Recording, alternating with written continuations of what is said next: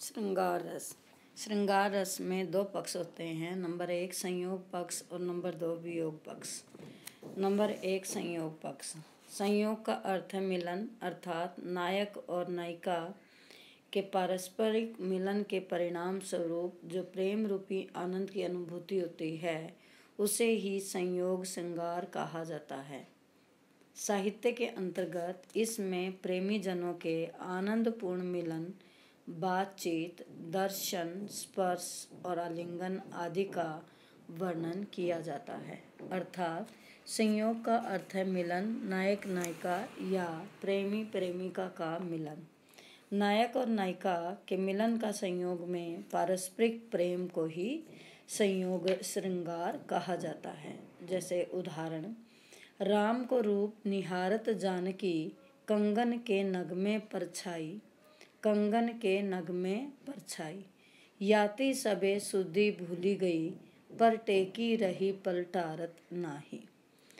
कि शादी के अवसर पर सीता राम के स्वरूप रूप को अर्थात सौंदर्य को देखकर हैरान रह गई कि वह अपने कंगन की में से राम की परछाई देख रही है और यह देखते हुए वह सब कुछ भूल गई, सुध बुध भूल गई और एकटक राम के सौंदर्य को निहारती रही।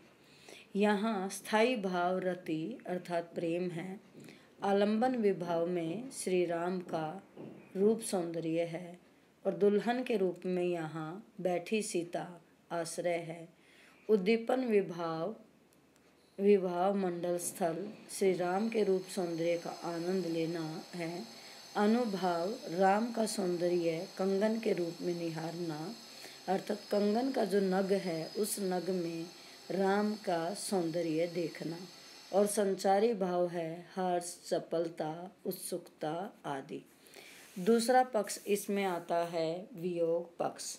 जब एक दूसरे के प्रेम में अनुरक्त नायक नायिका अथवा प्रेमी प्रेमिका के मिलन में कोई बाधा या अवरोध उत्पन्न होता है और उनके बिछुड़ने की अवस्था के साथ उनके प्रेम का वर्णन किया जाता है, तब वहाँ वियोग श्रृंगार रस होता है।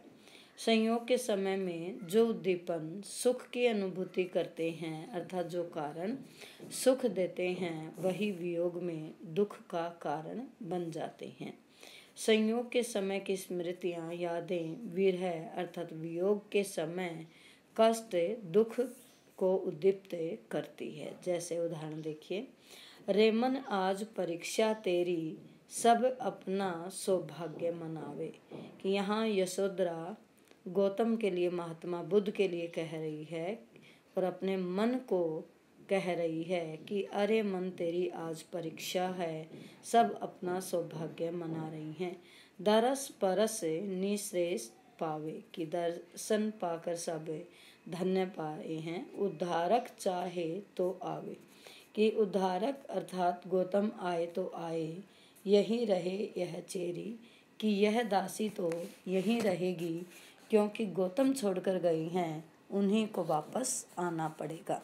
तो यहाँ स्थायी भाव रति है, यशोधरा आलंबन है, उद्धारक गौतम के प्रति कि वे चाहें तो आवे उद्दीपन विभाव है, मन को समझाना अनुभाव है और यशोधरा का प्रणयमान मति वितर्क संचारी भाव है। अतः यहाँ वियोग श्रृंगार रस की उत्पत्ति हुई है।